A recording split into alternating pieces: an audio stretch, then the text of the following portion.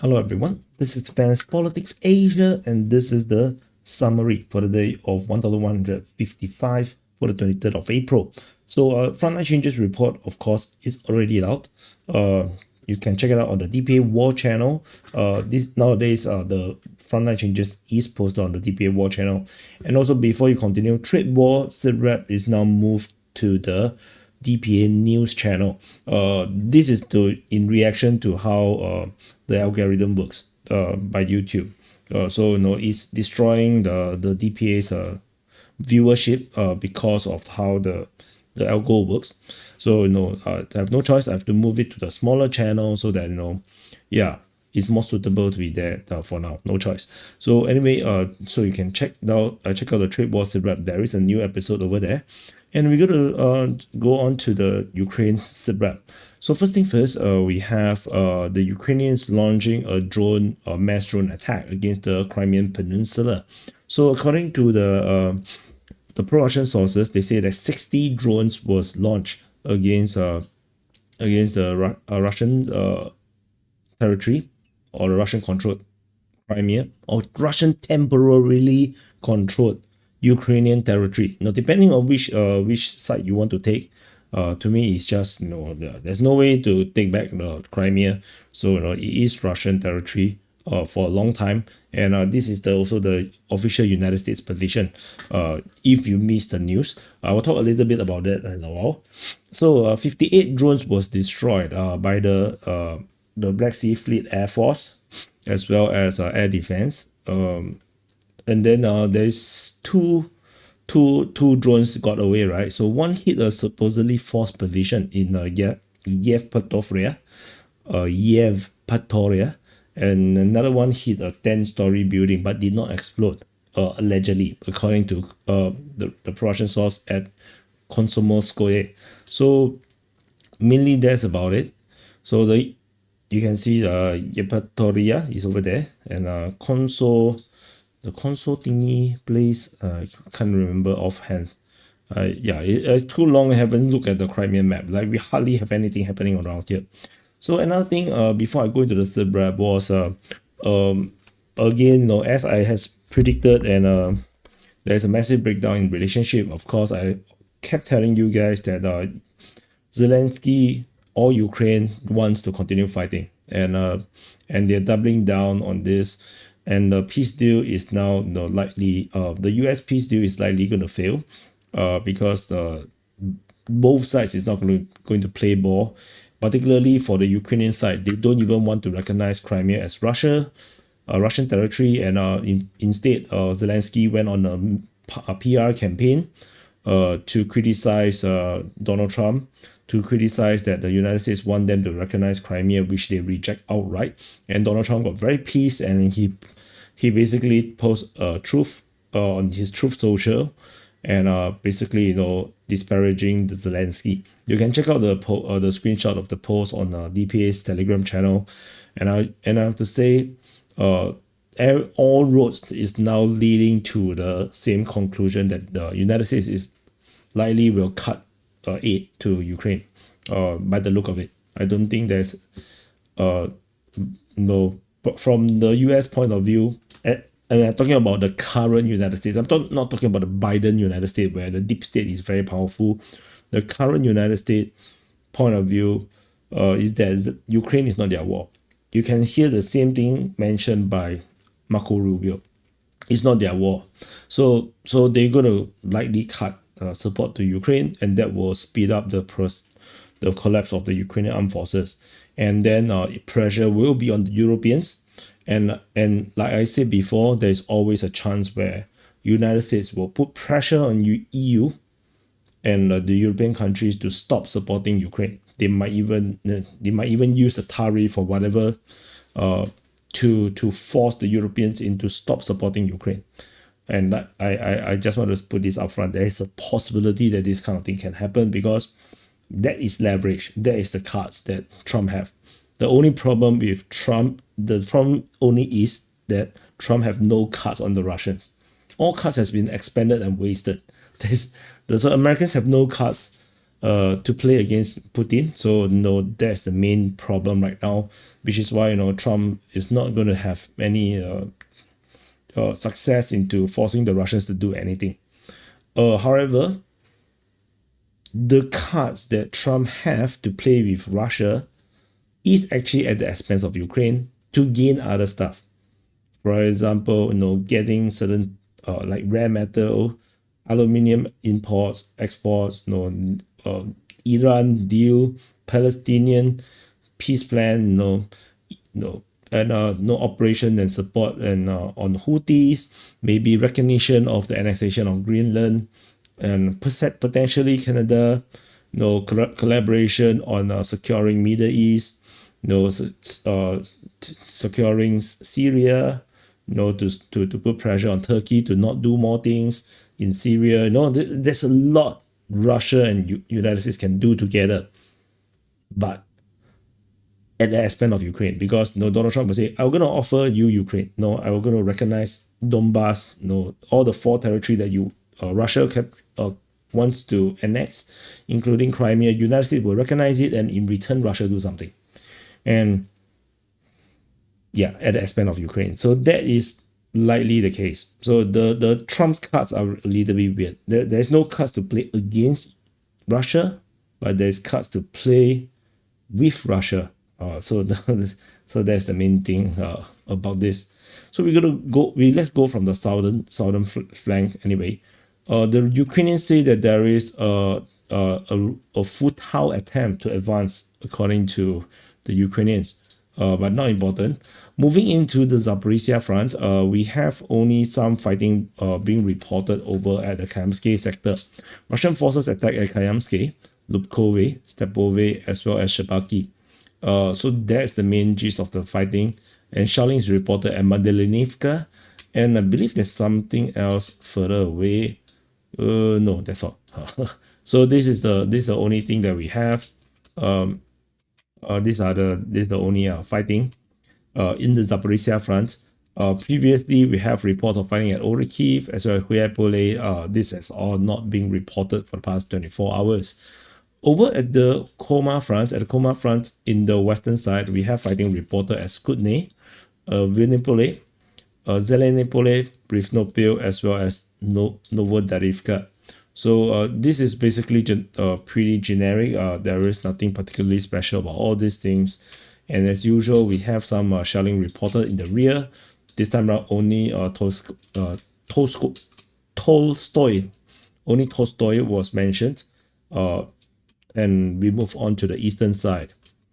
On the eastern side, at the Andriivka sector, where we have the usual as well, fighting reported at Andriivka, towards Oleksievka, Konstantinopil, Rozlev, and Bakhmut.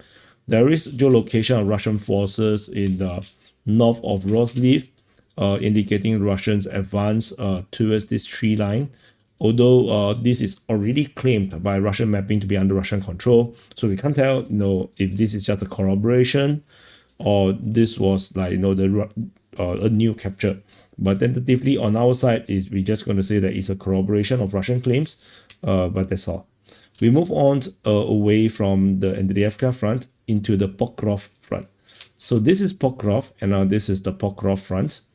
And over in the southern flank, of the Pokrovsk front, we have fighting reported over at Kotlyarivka, Nadievka, and towards Borovka. Bodanivka is announced today, just a few hours ago, to be captured by the Russian forces. The Russian Defense Ministry announced the capture of Bodanivka, so it is a sign that there is fighting and advance of the forces that is totally not reported by sources. So we just wait for information, geolocations, and whatnot, and hopefully we will see some update onto the map. Tentatively, that's the claim for now. I actually used the wrong icon. It shouldn't be this icon. It should be a Loudhailer. Yeah, it's a claim. Anyway, it's a claim. So that's what it is. Over towards the northern, the Pokrovsk sector, I usually call it the Pokrovsk sector. Fighting is reported at Vivrove, Udashne, as well as Uspenivka. So that's all. In the north, there's some shelling being reported at Krishine. Not important. over in the Minograd sector. This is the Minograd sector. Vivrove I already mentioned. There's fighting reported towards Pokrovsk, Vorona, Novopavlivka, Lysivka, as well as towards Minograd. So that's all. This seems like a lot more actions than usual, in this direction towards Pokrovsk. Maybe the Russians want to strangle Pokrovsk a little bit more, but it wouldn't be very meaningful. I would say it wouldn't be very meaningful for now. There is still a lot more strategic movement needed, cutting off the roads and something, particularly over here. So I'm not going to expect too much. Particularly also Khrushchev, it could potentially be also encountered as an attack. This time around I put it as a shelling. So yeah, potentially it could actually be an attack towards Khrushchev. So yeah, but given the lack of frontline changes, I'm going to go back to shelling for now. Moving into because especially it's reported by the Russians. If it's reported by the Ukrainians, then probably I will map it like slightly differently. Over in the northern flank. In the northern flank, we have fighting reported at Novotoretsk, Yelizaveta, Melanivka towards Novopavlivka, Berezivka, Tarasivka, Baranivka, and Zelenskyi Pole. Then there's also shelling reported at Novolenivka further up north. And the most of course the most significant is the situation over in Tarasivka and north of Baranivka. And of course this is a lot of arrow for this area. It looks like there is a renewed operation, a new phase of operation in this sector where the Russians is going to push very hard. Maybe they want to capture and establish a much more bigger area of foothold in this sector. I mean, that is a possibility. So over at the Tarasivka region, geolocation of Russian forces raising the flag or waving the flag at Tarasivka comes together with the claim that the Russian forces have captured Tarasivka. This is already announced by the Russian Defense Ministry yesterday that they have captured Tarasivka. Ukrainian mapping do not acknowledge that. They have mapped that only this part is taken by the Russian forces in the north of Baranivka, where they consider that the Russians have taken these 3 lines around here. Geolocation, however, shows that the Russians have a bigger control over in Tarasivka. However, the flag waving does not corroborate the claim of capture, because Tarasivka is way longer than that. Let's say if you zoom in over here, typically a safe zone will be like 500 meters for soldiers. For if it's like a journalist, I will put 1 kilometer, but at 500 meters, the maximum range, you see, it still doesn't exactly cover the entire town. So I cannot give this capture because of this very fact. We will wait for mappings to update and to see how these continue to play out. They are already shelling Novolenivka, which is the rear position from Tarasivka. So this is already progressing. The fight is already starting to move in that direction. We move into the Toretsk front. Over the Toretsk front, at the New York sector, there is nothing much happening. Other than there is the mapping from Ukraine from geolocation that confirms the Russians' capture of Sukhbalka, and we have I think I need to do some mapping, but never mind. And also there is fighting reported at Kalinove. So that's about it. There is a geolocation of Russian shelling of Ukrainian forces at Stara Mykolaiivka. So that's all. Over in the Toretsk sector, we have fighting reported at Leonidivka, the Novospassky, which is also Petrivka. Fighting in the Battle of Toretsk, Krimsky, Dashny, Plishevka, as well as Ivanopilia, although this could be shelling reports. So mainly that's it.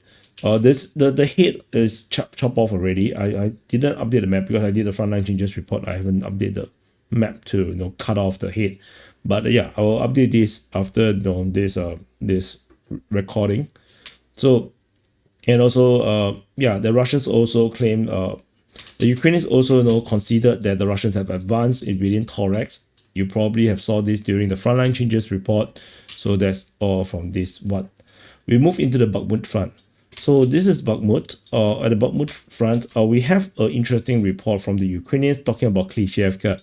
They say that they have recorded a clash near Klishchiivka, which is interesting. That Klishchiivka is mentioned. The last time it was mentioned, it was in January. We haven't seen this name for a long time. I literally do not know where it is. I was like, this place sounds so familiar, but I have no freaking idea where it is. So I have to actually search for it. Fighting is reported at Chasivia as well. So that's all. Over in the north, we only have mention of Minkivka. Some fighting reported here, but that's all. And we move on to the Siversk front. This is the Siversk front. This Siversk, and fighting is reported over at Siversk. It could also be shelling, and there's fighting reported at Belogorivka. So that's all. When we move on to the Lyman front. So this is the southern flank of the Lyman front. You can see there's totally no reports of fighting except some shelling reported over at Yampil. And that's all. We move further up north. In the northern side, we have fighting reported at Rikurup, Nove, as well as Kharkivka. So that's all. Nothing particularly special about this, except other than it's important to note that the fighting is already now moving away from Katerinivka towards Rikurup. So because Katerinivka is already captured by the Russian forces. So moving further up north to the Borova front. At the Borova front, we still have the two-pronged attack, but this time around the mentioned location is Raihorovka, which is even further behind, mentioned by the Russian Defense Ministry, which is very weird because usually the fighting is reported at Nadia. Typically, in this sector, Nadia is the one that is being mentioned. Suddenly, we are now talking about Raihorovka. Could that be potentially a signal that the Ukrainians did have some successful counterattack in this sector that managed to capture some ground? And that is a possibility. So don't underestimate the Ukrainians.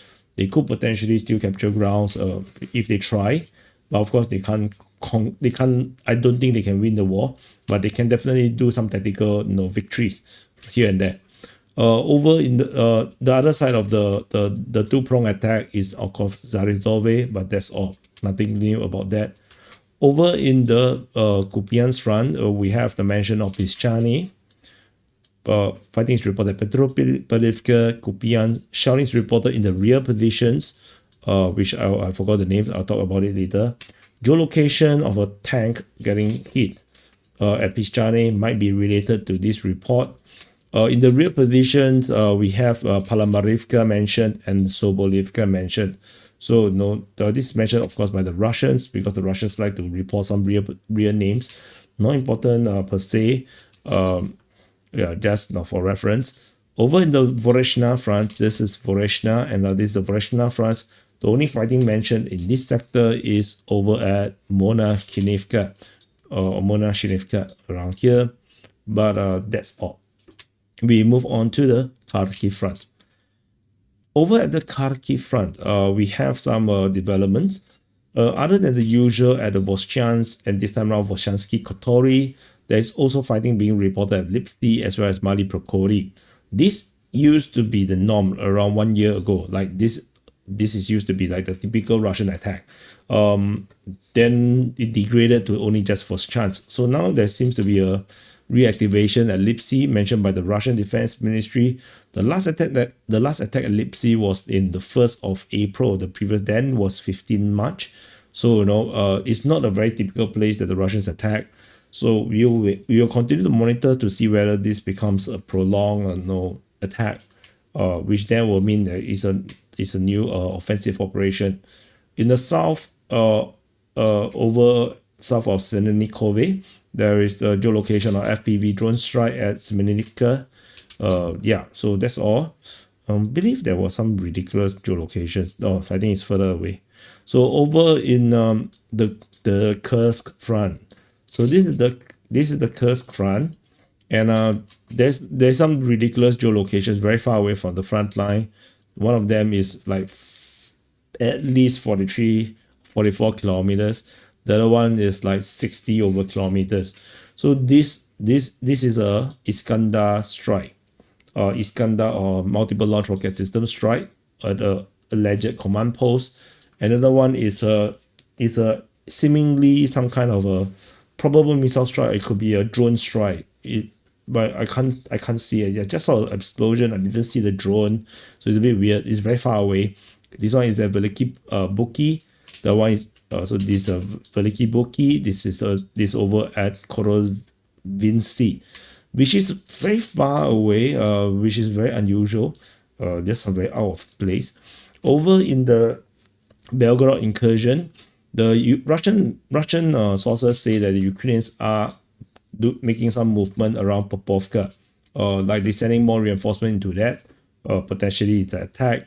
However, the Russians are attacking at Demidovka and having some success, allegedly. We have no mapping to look at it. Fighting is reported at Mariupolsk, Prokhody, might be more or less the same thing. Toria, shelling is reported at Petrovsk and Veliki Prikil. So that is a very typical Belgorod incursion or Belgorod sector mapping, or the arrows. So we shall see. The Ukrainians very determined to hold this small piece of land in Belgorod for PR purposes. Because technically it serves no purposes, so no, strategically even more no purpose. So over in the Kursk sector, we have reports from Russian sources that the Ukrainians have sent reinforcement into Mariupol, some kind of incursion, some kind of concentration of forces, which was then sent southeastward in the direction of Kutarovka. So that's something that was noted by Ryba, the pro-Russian sources, you see Mariupol, and then towards Hotorovka. So that's what it is. And then we have the typical reports of Russian operations in Kursk, over at Oleshnya and Vorona. Otherwise, nothing new about this. We move on to the Sumy sector. No reports of any kind. So then then there's another geolocation. Further up north of the Kursk front, over at Ulanove, there is a Russian airstrike on a alleged drone command center or control point. And that's about it. So this is the summary for the past 24 hours plus, and including some of the latest frontline changes up to this point of recording. So thank you for watching. Do press the like button, subscribe, like. Oh yeah, I forgot to mention in the beginning of the video. I look at the subscriber count. It looks like the YouTube has just unsubscribed a number of you, like for the past 1 week. And it's not reflected in the videos. That means it's not because of my videos that maybe you guys unsubscribe, because like maybe the trade war SITREP, you guys don't like it, so you unsubscribe. But it's not. It doesn't look like that case. It looks like it was an automated one. So I do suggest you check your subscribe button below to make sure you are still subscribed to the channel, because YouTube tend to do this kind of thing to us, from time to time. So I need your support. Do check the subscribe button. Make sure you are subscribed. And thank you for watching. And I'll see you, and happy birthday to you if your birthday today. I'll see you guys in the next update.